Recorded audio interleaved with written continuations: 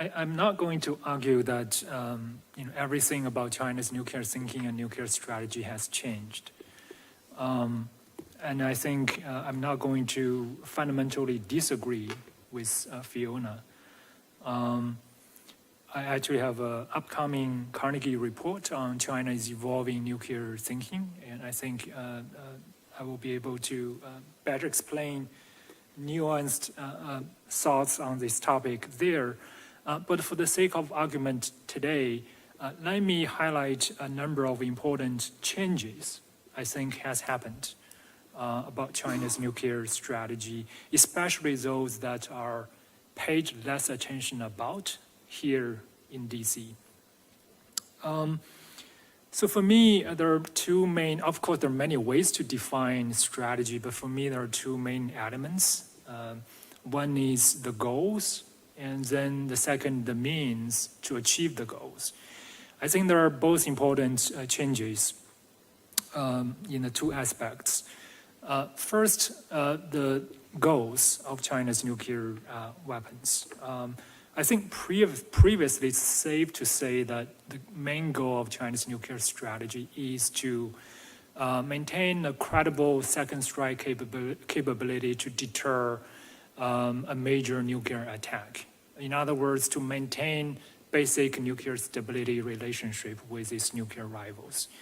But now I think in addition to that traditional goal, there is increasing change in the sense that now nuclear weapons are also more and more used as a tool to influence international perception about the balance of strategic power. And in that sense, it can help counter the increasing geopolitical threats that China thinks itself is under. But in any case, nuclear weapons are for addressing existential threats. And here, I think, in China, existential threat perception has significantly increased in recent decade.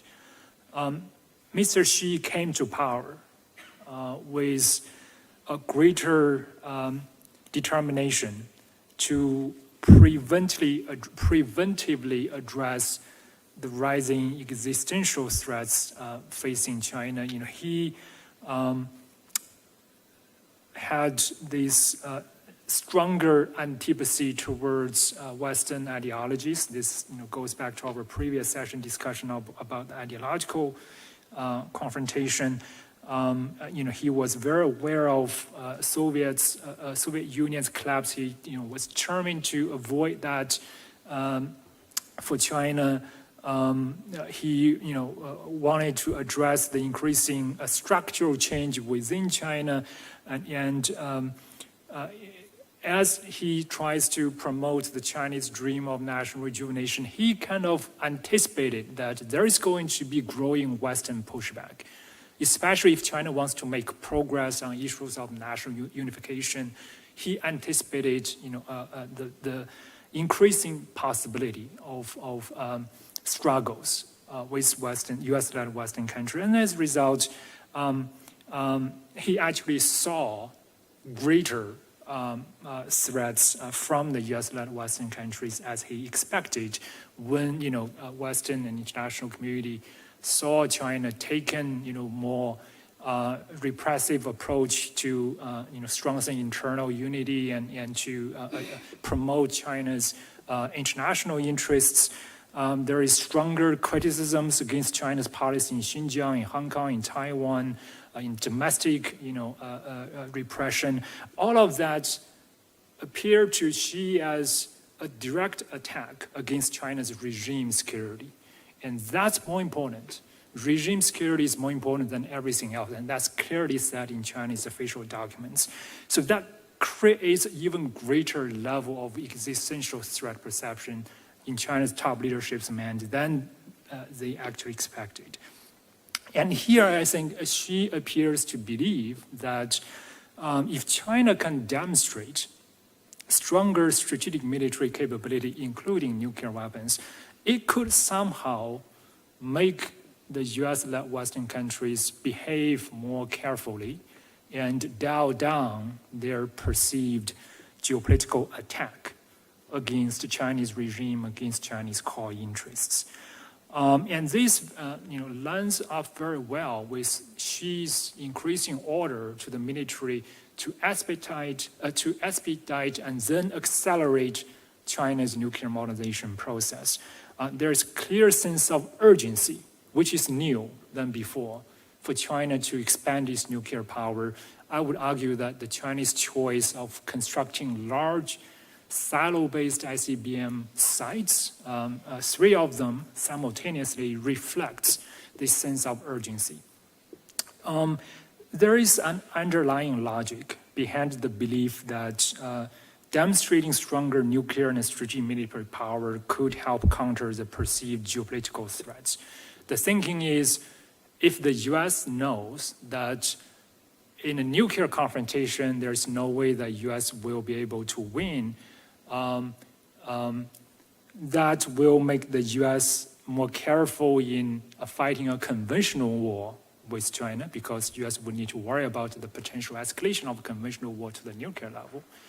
And if the US is more worried about fighting a conventional war with China, then the US perhaps will be more careful to avoid any conflict from taking place. So if China can demonstrate stronger nuclear power, blocking the road of escalation and denying US escalation dominance, that would eventually make the US try to avoid any serious conflict with China.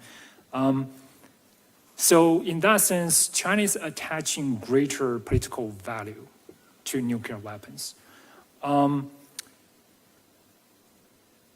From the outside, it looks like China indeed has embraced a stronger ambition to develop a greater nuclear force. This is demonstrated by China's apparent effort to narrow the gap with the American nuclear capabilities. The Chinese interest to pursue a world-class military power certainly applies to strategic and nuclear capabilities as well.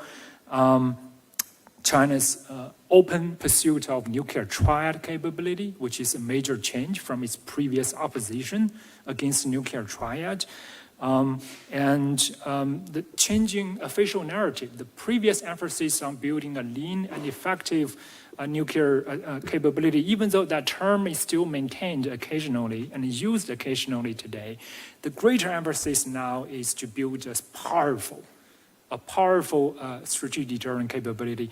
That change of term, is a major evidence of significant change. However, the other side of the coin is the fear and the sense of insecurity in China. The reason China feels that it needs to demonstrate stronger strategic capability is because it has greater fear. It has greater fear about its core interests. It has developed stronger existential threat perception. So fear and ambition are the 2 sides of the same coin, and I would argue fear is actually the more important underlying and more direct driver of Chinese nuclear buildup. But if we do not fully understand both fear and ambition aspects of the Chinese thinking, I think the US could run the risk of adopting countermeasures that would actually feed into Chinese fear and lead to more counterproductive results. And secondly, let me talk about how the means through which China wants to achieve its security by nuclear weapons have changed. The logic that stronger nuclear power could have political benefit and could change the behavior of your rival at conventional military level and even political levels, that logic makes sense, but it's an intuitive logic. There's no empirical proof to demonstrate that effect. And also how that logic guides China's calculation of the sufficient number of nuclear weapons it actually needs. to achieve that goal. Previously, the Chinese calculation of number of sufficient nuclear weapons was already based on the worst-case scenario in which the U.S.-China are in an all-out war, right? They want to destroy each other. All bets are off.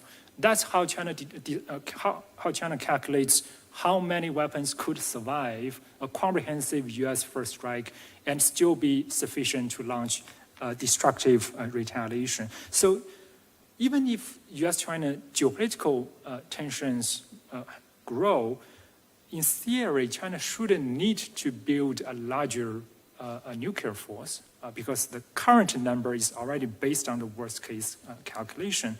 However, it could be argued that China may worry that because of the growing strategic hostility, the U.S. might be more willing to exploit the small vulnerability of Chinese nuclear forces. But then the question is, if that's the case, then how much more or how many more nuclear weapons could address that gap? And I think this is where the Chinese strategy is becoming increasingly incoherent. It lacks analytical rigor to connect the goal with the operational capabilities. And here I think Fiona actually made a very interesting discovery in one of her recent publications. She found that a senior Chinese military strategist said that Xi Jinping personally guided the making and drafting of China's strategic nuclear policy. And here I do think the personal view of Xi is very important. He showed greater sympathy to that logic that greater nuclear weapons can contribute to greater political stability. And this is different from previous leaders. Previous leaders tried to restrain the military. Because the military, they always wanted to expand nuclear capabilities. But Xi appeared to have encouraged the military to do that. And Xi's personal authority within the Chinese system has been much more stronger than before. And under this system of one-person rule, when Xi gave the personal mandate, gave his personal blessing to massively expand Chinese nuclear power, the military, the defense industry, they tend to overdo it in order to, please the top leadership. And here, the increasing lack of checks and balances in China's increasingly centralized and authoritarian system does make a big difference because, firstly, the experts, they no longer can play that role of checks and balances. In fact, many Chinese civilian military experts, they appear to be cut off from the nuclear expansion decision-making. They didn't know that China was building the large silo sites. And before this massive expansion, many Chinese nuclear experts still were arguing that China didn't need a major increase of nuclear capability. That China just needed to, keep modest and incremental nuclear modernization. And the general public, has a stronger nationalistic sentiment. There is no media, independent media, that could even let the public, keep the public informed, or even the experts informed what is going on with China's nuclear program. So, and on the other hand, you have more military services and branches because China is now pursuing nuclear triad capabilities, not just only the Rocky Force, also the Navy, the Air Force, who all have an incentive to, try to argue for a bigger nuclear cake. So when you have stronger and, more diverse stakeholders, and on the other hand, you have no one trying to push back, of course, it's so easy to overdo it. So what I'm trying to argue here is that a major change in the means with China, through which China tries to achieve its goal is not that China has adopted a fundamentally different approach of nuclear thinking or nuclear policy, but the increasing lack of a clearly defined approach to achieve Chinese security goal. from a traditionally more science-based technical calculation to a less science-based and less expert-informed nuclear policy, a more political-driven process of decision-making. And that makes Chinese nuclear policy increasingly less predictable. And there are many examples of this increasing incoherency. I don't think I have time to go through them. You can see many more internal tensions and contradictions in Chinese thinking. On the one hand, China wants a bigger nuclear arsenal, but China still appears to want to stick to its traditional thinking of asymmetric deterrence. China thinks that its nuclear buildup can make things better at the political level for itself, but has not considered how other countries might react and respond, and how its own nuclear buildup might affect its own long-term goal of having more security, and how to evaluate the success when the goal is to achieve political stability. All of those things are not well thought out. And when you talk about the military is increasingly using terms like achieving strategic victory as a goal for China's nuclear weapons. That's very new.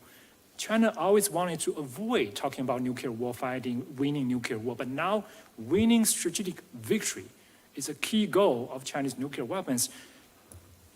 Does that mean Chinese military is now trying to fight nuclear wars and win nuclear wars? I don't think so, because it's not consistent with everything else the Chinese military strategists are writing about.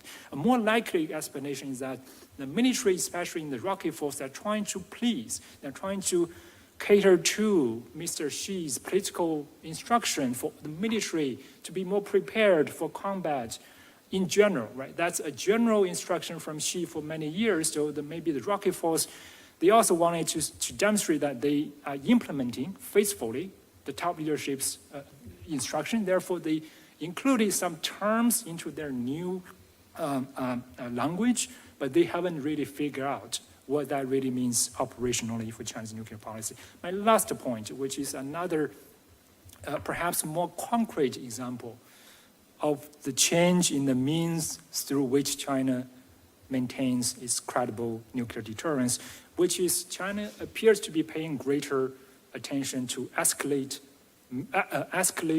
management. The traditional Chinese view on nuclear escalation is that, which Fiona also wrote an excellent paper in International Security. The traditional Chinese view is conventional war is very unlikely to escalate to the nuclear level because countries know the consequences. However, once the nuclear threshold is crossed, there's no way, it's very hard to manage it. It will quickly escalate all the way into an all-out nuclear exchange. However, that traditional view, I think, is being reconsidered in China. This is partly driven by China's perceived change in American nuclear thinking. They think, as American conventional military superiority declines, especially in the Asia-Pacific theater, the U.S. would have greater incentive to threaten nuclear first use in a conventional war, such as over Taiwan. And the recent U.S.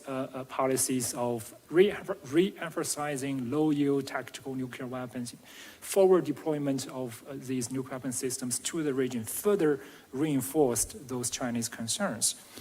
That's one reason. Another reason perhaps is the increasing availability of resources and also the changing Chinese self-image.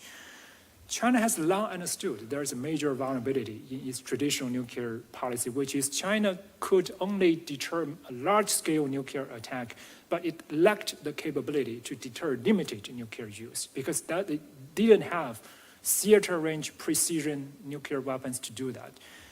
But China recognized that vulnerability as early as the 1980s, but China didn't really act upon it until in recent years. I think it's at least partly a result of increasing available resources, including technical capability to build precision nuclear forces and increasing economic resources. And in other words, China is more seriously pursuing escalation management capability. And similarly, there is increasing evidence that China is shifting or is increasingly interested in shifting from a recessed nuclear posture of maintaining nuclear weapons on low alert levels during peacetime, or even separating the warheads from missiles and storing them at different locations towards launch under attack or launch on warning capability. I would argue that those two changes have the greatest potential to destabilize future U.S.-China nuclear relationship. Let me stop here. Thank you. Thank you, Tong. Many questions that I have for you, but I'll wait until Fiona has presented her arguments. Okay, so can everybody hear me okay? Or do I need to switch this? Yep. Press it? Okay, terrific. Yes, that sounds more like the microphone is on. All right, well, good afternoon, everybody. Thank you for sticking around until the very last speaker of a long day of what sounds like some really energetic debates. I'll try and add some energy into this. Although I do have to acknowledge at the start that, like Tong, I don't think we're vehemently in opposition in our interpretation of this debate topic, but for the sake of debate, what I'm going to do is really focus on the military effects of China's nuclear buildup, which I think at its core is what matters to the political leverage points that Tong brought up, as well as to draw out some, I think, different implications of the points that he made, especially about the changes in decision-making within China. So I'm going to make three key points that are in opposition to our debate proposition. The first is that I think there's too little evidence at this stage to conclude that China has changed its nuclear strategy and doctrine. I think most of the evidence that's currently available can support both continuity and change in the goals of China's nuclear strategy. The second point I'm going to make is that I think there is reasonable evidence, as Tong I think has already laid out very effectively, that China's decision-making process for nuclear strategy and doctrine has changed, but that change does not necessarily mean that it has new goals for its nuclear strategy. And finally, what I'm going to end with is that given that treating China as if its nuclear strategy has changed, risks a self-fulfilling prophecy of encouraging or inciting those changes, I think that the evidentiary bar for acting on this conclusion should be quite high for the United States and its allies. So in other words, we need to be pretty confident that China is changing its nuclear strategy before we start making policies on that basis. So I'll spend most of my time on my first point and a little bit less on the others. So let's dive in. So on my first point, that changes to China's nuclear capabilities and operations are consistent with both continuity and change in the goals of China's nuclear arsenal. I think to argue this point, we first need to be clear about China's past nuclear strategy and doctrine and the role that its nuclear weapons would be playing in any given conflict. So the accelerated expansion of China's nuclear arsenal, I would argue, began around 2019. That was the year that the DIA began to publicly predict that the size of the force would double. And so it's useful, I think, to look at what China's goals for its nuclear forces were at that point. So at least sort of semi-authoritative PRC sources indicate that China's nuclear forces really had two goals. The first was to prevent an adversary from engaging in nuclear compellence to alter China's behavior in what would otherwise be a conventional conflict. So this is this idea of preventing nuclear blackmail that Mao Zedong was fairly fond of stating. And the second key goal was to retaliate if China suffered from a nuclear attack.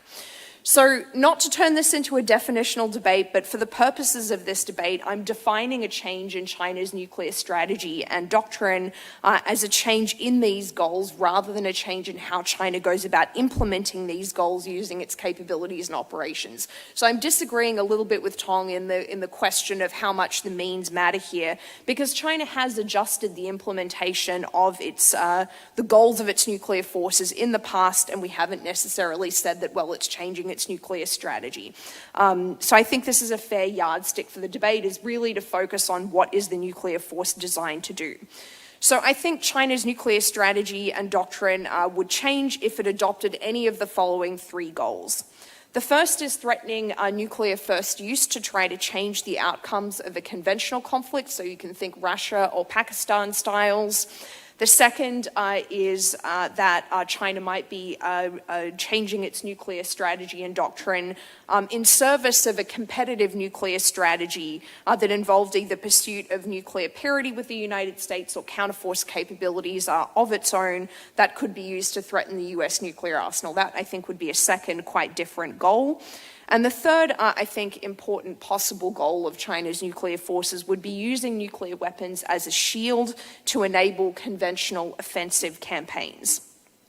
So is there evidence to suggest that China is pursuing any of these three goals, which obviously there are others, but I think these are the three militarily most important kind of possibilities. So let's start with a quick review of what has changed in China's nuclear forces in recent years. First of all, I think the size of the force is increasing.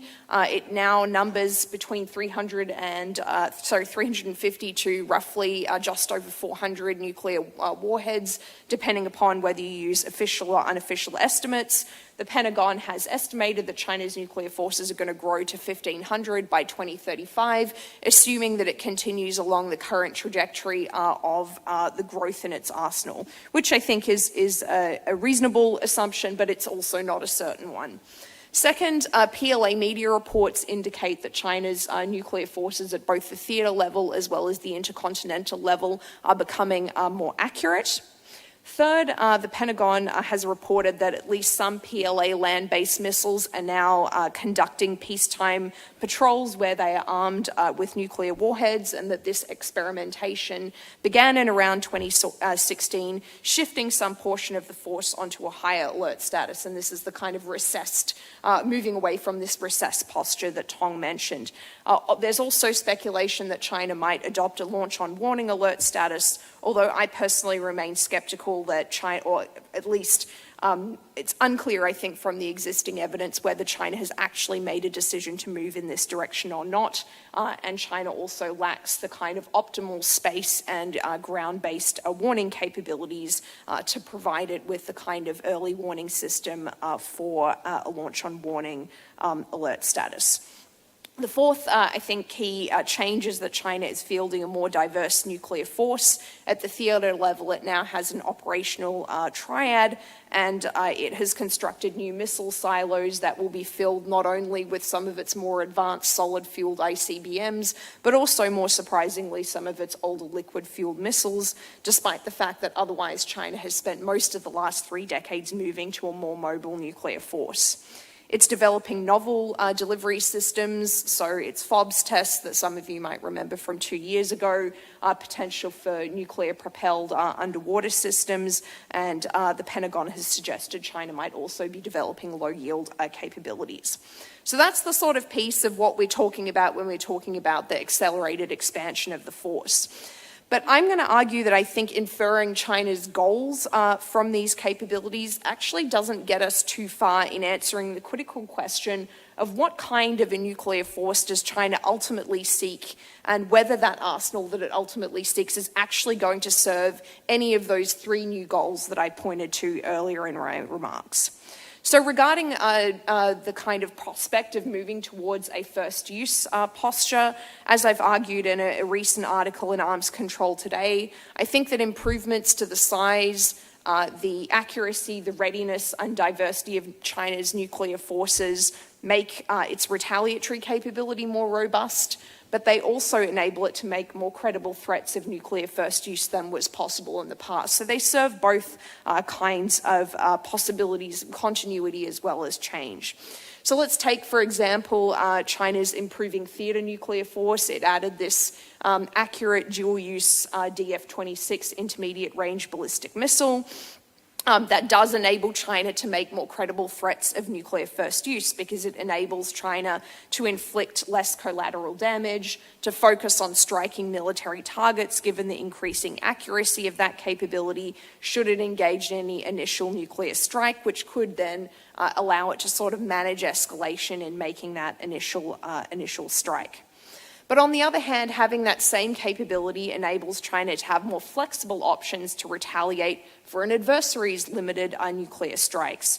And that might also offer China the best, albeit still slim, chance of ending any nuclear exchange initiated by an adversary before it escalates to an all-out nuclear war.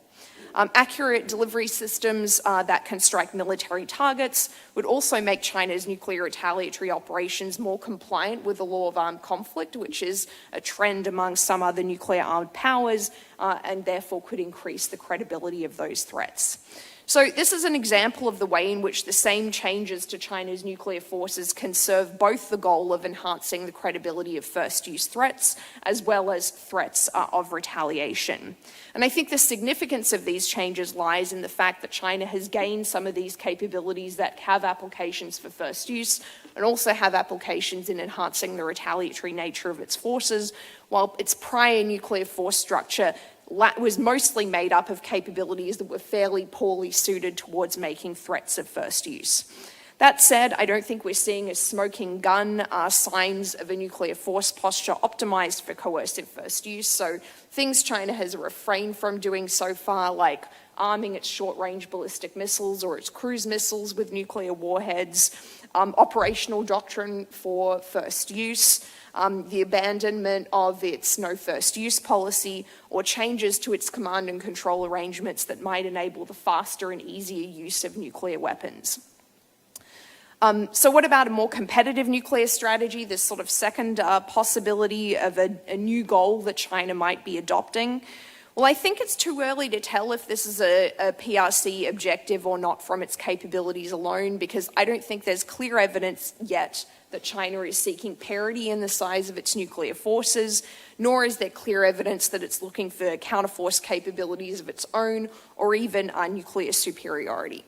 Why is that the case? Well, because China's nuclear expansion, as much as it might have picked up the pace in the last 4 years, is still starting from a pretty low base, both quantitatively and qualitatively, compared to the United States nuclear arsenal, which is what it will be looking to sort of compete with. The size of China's intended arsenal is particularly important as an indicator of that competitive nuclear strategy. Anything, I think, less than parity in China's goals would sort of call into question that motivation. But back in the sort of mid-2010s, China really did have a razor-thin margin for error in its retaliatory forces, a point that was emphasized both in the RAND report, the China Military Scorecard, as well as in academic studies by scholars in both the PRC as well as the United States. And so it would therefore be puzzling from the perspective of some of these nuclear strategists if China didn't seek a larger nuclear arsenal to gain a more comfortable margin for error. And many nuclear strategists, particularly in this country, have been quite puzzled by China's ostensible tolerance for the US having what's called the damage limitation capability vis-a-vis China's arsenal, even if the United States couldn't entirely escape China's nuclear retaliation. And just as a quick aside, a damage limitation capability would enable the US to do better if an all-out nuclear exchange became inevitable, should, for example, it be not credible or not possible for either of the two sides to concede in a nuclear confrontation, but rather concluding that that exchange was inevitable. So I think until China achieves a nuclear force that is big enough to comfortably eliminate that US damage limitation capability, China's growing nuclear arsenal in terms of its size provides just as much evidence of continuity in the goals of its nuclear forces of countering an adversary's efforts at nuclear compellence as a change towards a more competitive nuclear strategy. That said, once China does achieve a force that eliminates the US damage limitation capability, if it then continues to build up its nuclear forces, then we might have more confidence concluding that there was a change in its goals and it was seeking this more competitive type of nuclear strategy. We could also look at other elements of China's nuclear forces for evidence that it's looking at counterforce capabilities. To me, I think the only real capability that China has acquired in the last 4 years, which has a counterforce application but no plausible role in increasing the credibility of China's retaliatory strikes, is the fact that its newest intercontinental range ballistic missile, the DF-41 ICBM, is an accurate ICBM, and it's difficult to sort of see how that would otherwise serve a retaliatory goal. So finally, I think on the question of whether China is seeking a stronger nuclear shield to enable offensive conventional operations, I think this is actually one of the most tricky propositions to test in understanding, how China's nuclear goals might be shifting. And that is because a more robust retaliatory capability, which is a marker of continuity, can then also serve as a stronger nuclear shield for more offensive conventional operations. But let me explain why I'm a little bit skeptical or would like more evidence if China was indeed seeking a larger nuclear force to enable these aggressive conventional operations.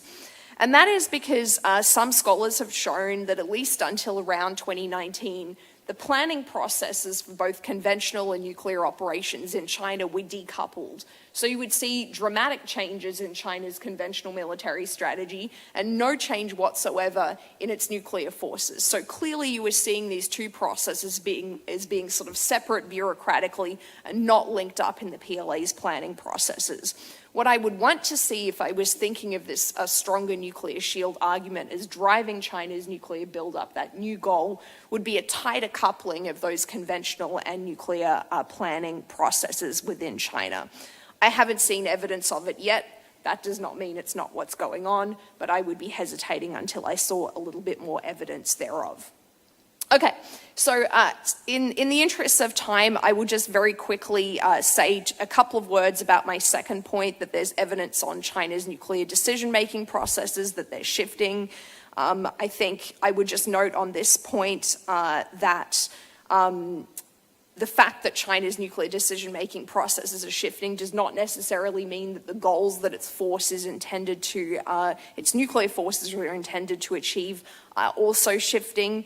New decision makers can implement the same goals of countering compellence and retaliating for a nuclear strike in different ways, and they can also pursue a nuclear buildup for reasons that have absolutely nothing to do with nuclear strategy and doctrine, that can include things like status as well as bureaucratic interests. And I think Tong has already laid out this issue in some detail, and so I will move on to my final point, which is something of a precautionary principle.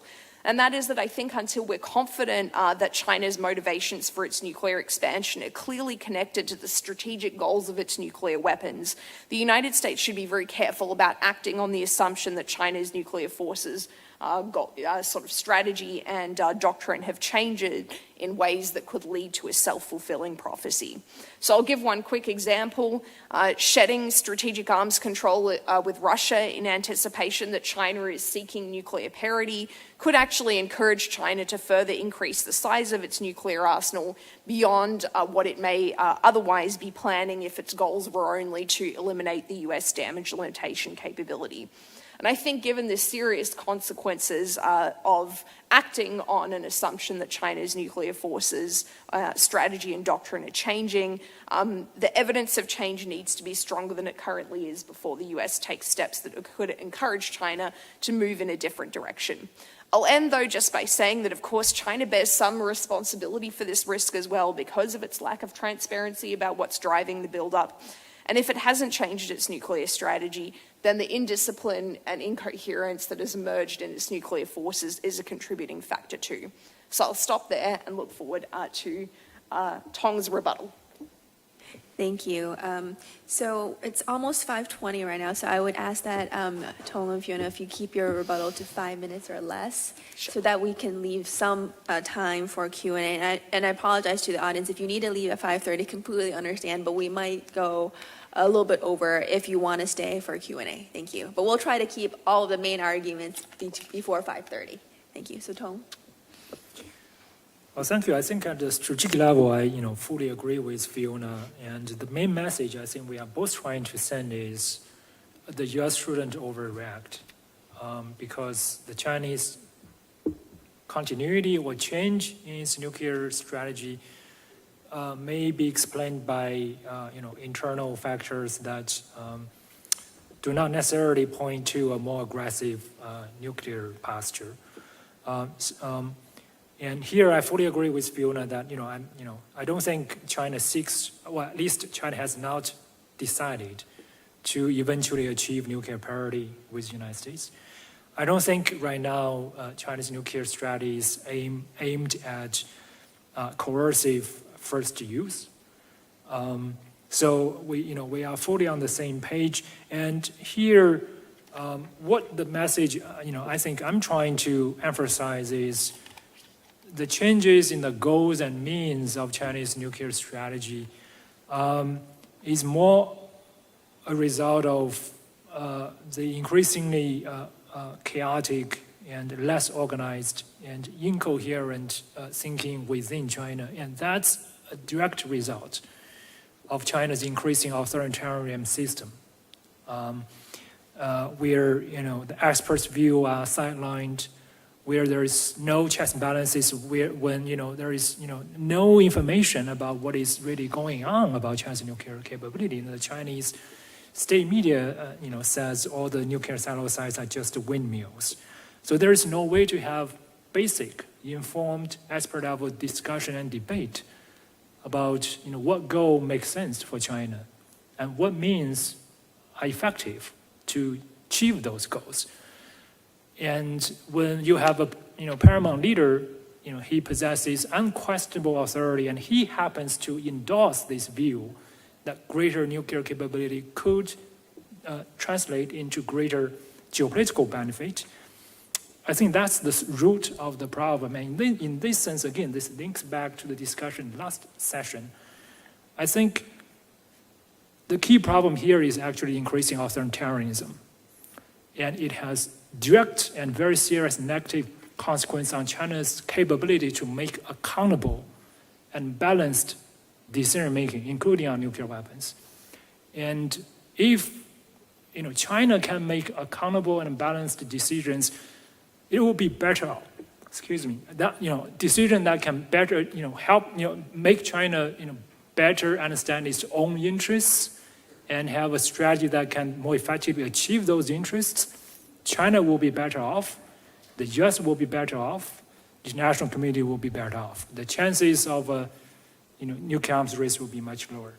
But more specifically, let me push back on one point, which is, I don't think evidence supports the assertion that all the nuclear buildup is primarily driven by a desire to maintain incredible second strike capability. The view that all of the things, the new things, are simply to increase, to create a comfortable margin for error. I think that's just not proportionate to the problem. On the nuclear equation between U.S. and China on the American side, you don't see radical changes of American nuclear capability or nuclear policy. Even on the issue of missile defense, which Chinese experts traditionally believed was the main threat to Chinese nuclear deterrent, there was no radical American change on missile defense policy or capability. So it just cannot explain the radical scale and speed of expansion. And the near-term focus on the large-scale silo-based ICBM capabilities do not offer the best cost-effective means to address missile defense threat. Again, missile defense was largely agreed by Chinese experts was as the primary threat to China's nuclear deterrent, and the solution China appears to be making does not provide the best way to address that traditional challenge. So I think there is a larger political process that needs to be better understood here. And I do think there is a significant change in the sense that China is closely following American nuclear thinking and is increasingly influenced by American nuclear practices. The decision to pursue China's own nuclear triad capability, the increasing interest in launch on warning capability, all of those resemble American policies. And here I do think there is concrete evidence of China building effective strategic early warning systems, including 6 large ground-based large phased array early warning satellites and at least 3 deployed strategic early warning satellites, and there are more down the pipeline. And also the growing interest in escalation control capability. I think all of those are important operational level changes that point to the direction where the military now has more leeway to acquire capabilities that they tend to criticize before. So I think that's the shorter leash that the political leaders are placing on the military explains a lot of the new interest in new capabilities and postures. Okay, so I will be very brief in just noting a couple of things that Tong's remarks kind of raised as points for me. I think one of the really interesting issues that he raised was this increasing sense of existential threat within China, that the rest of, that there was going to be more pushback against China's kind of vital interests. And I would just note with that, nuclear weapons are there to counter existential threats, certainly, but not all kinds of existential threats. They are best suited to countering existential threats that come from nuclear weapons or from large-scale conventional attacks. But regime threats, one has to make a couple of kind of logical leaps to think about how nuclear weapons and an increasingly robust nuclear weapons capability is going to secure the regime against whether it is a popular uprising or it is an elite threat to the existing leaders' kind of place in office. There are better tools and there is a well-developed toolkit that the PRC and other authoritarian regimes have developed to keep themselves in power, including in a conflict. And indeed, using nuclear weapons or threatening to use nuclear weapons in that manner could actually end up creating the very regime threat, existential threat in a physical sense that they're attempting to prevent. The second point that I would just make, and this is sort of based on some of my own research looking in the non-nuclear components of China's strategic deterrence capability, is just care in interpreting what a powerful strategic deterrent actually means. Nuclear weapons is definitely a part of that, but it is not the only part of China's China's strategic deterrent that it is looking to strengthen. There are components that have to do with counter-space capabilities, that have to do with precision conventional missiles, as well as other non-nuclear types of capability with strategic effect. So there's ambiguity, I think, within that statement. And then the final thing I wanted to just raise is this issue of how PLA authors are writing or are talking about the role of China's nuclear capabilities, this idea of strategic victory that Tong raised.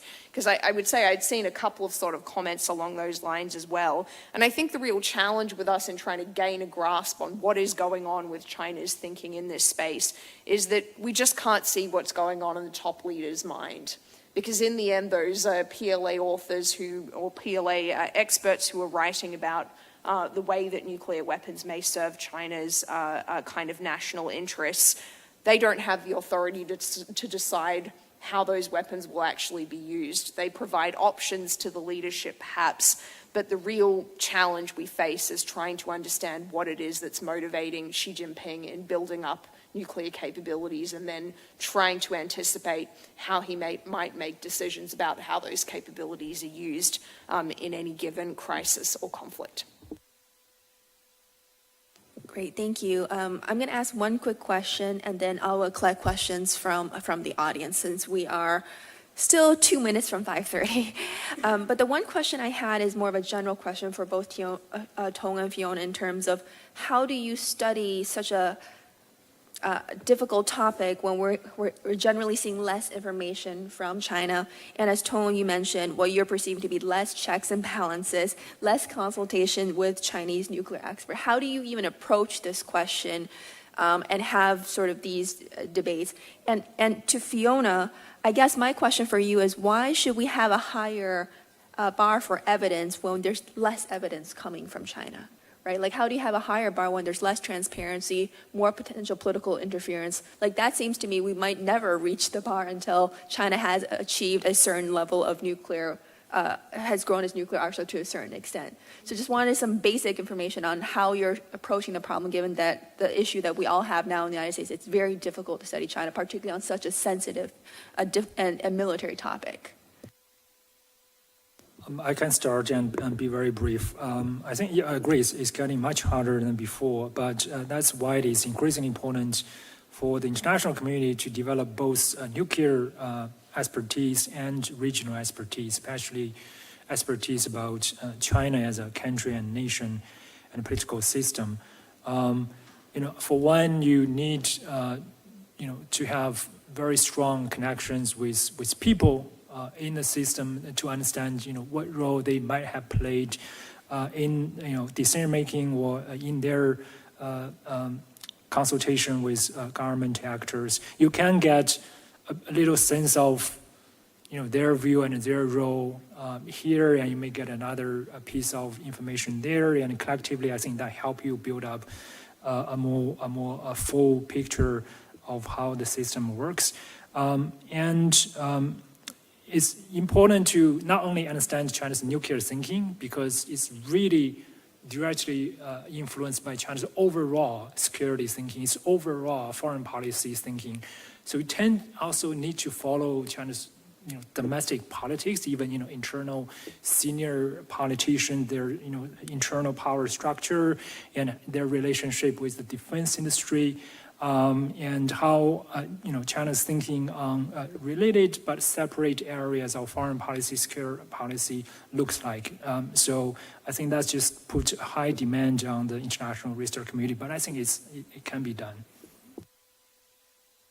And so I'll wager a couple of points just to expound on why I'm making the case for a pretty high evidentiary bar. And I think the reason for this is that the costs of getting it wrong are high, and the costs of getting it wrong are high in both directions. Because on the one hand, if China is changing its nuclear strategy in any of these more ambitious ways, failing to sort of anticipate and react to that is going to leave the United States in a very difficult position, because it takes a long time to build up the capacity to do things like build more nuclear weapons, or really think about how the US nuclear forces need to be structured.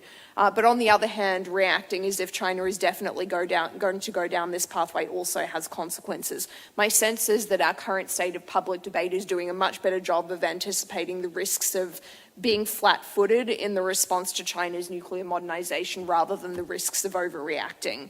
So I think both of those two sides of the coin need to be given equal consideration. And I think, look, from the perspective of policymakers, it's easy for an academic to sit there and say, I want more evidence. It's not so easy if you have to actually make decisions that are going to have those kind of long-term consequences. But I would just say to really think through carefully the consequences of any steps that the US and indeed its allies are going to take, and accept that the costs of getting that wrong, and really to be clear about what the costs of getting making decisions on an incorrect assumption or guess about what China is doing is really important. The final thing I'll just add in this area is that often when we talk about nuclear strategy, this is an area that I'm trained in academically, we look at the kind of deductive incentives for the way that states should behave. That's a very powerful tool, but I think it needs to be balanced out by exactly what Tong was just saying, which is looking for evidence that China actually does behave in the way that those deductive models suggest that it should, for two reasons. One is that sometimes other things than those sort of deductive incentives about strategy are what drives decision-making, but also because a lot of those deductive models are based on what the US and the Soviet Union did previously and haven't really taken account of the way that other countries might think about their incentives when they look at nuclear strategy. Let me open it up to questions from the audience, and let me just collect all the questions we have in this room. So I see 3 over there. I'll try to keep this brief. This is just for Dr. Cunningham. You said that you don't see evidence of a greater coupling within the PLA of kind of the, for lack of a better term, the conventional side and the nuclear side. And you say this is why you don't necessarily see the argument that China might be using nukes as a shield to pursue or enable conventional operations as a sort of argument that's supported by evidence. But you just mentioned the powerful strategic deterrent system. The evidence I've seen in the PLA discussions of that, not that authoritative, right, but still in their discussions is, hey, the powerful strategic deterrent system consists of both our nuclear deterrent and our conventional deterrent, defined by what you just mentioned earlier, the precision strike regime, the cyber capabilities, the space capabilities. So given that, what's your interpretation of the powerful strategic deterrent system and whether that could be an indicator that the PLA is using its nuclear buildup as a shield for conventional operations? So, okay. I'm wondering if you can comment about any nuclear testing, or are these guys just grinding out 25-year-old designs that were proven way back when? Can you say anything at all about whether these are fission weapons, boosted fission weapons, fusion weapons, plutonium weapons, uranium weapons, tactical weapons? Are they all strategic weapons? Any evidence of neutron bombs?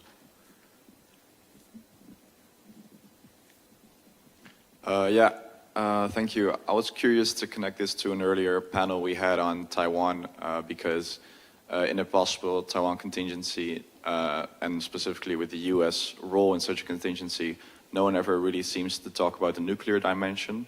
So I was very curious to your view of what the nuclear aspect would be like in a possible Taiwan contingency. Thank you. And just for the sake of time, let's get one question from our online audience and get these 4 questions to our viewers. Yeah, so we have one question actually from Joseph Rogers here at the CSIS project on nuclear issues. And that it's specifically asked of Tong Zhao, what lessons concerning nuclear deterrence have PRC scholars and officers learned from Russia's war in Ukraine? What literature is forming the foundation of PRC strategic understanding of deterrence? Let me turn it to the 2 of you. You don't have to each answer all 4 questions, but please pick and choose what you want to answer. Well, I can go first. I appreciate all the questions. Nuclear testing, I shouldn't spend too much time because there is a lot of research already. I just say that although China had only 45 tests, much smaller number than U.S. and Soviet Union.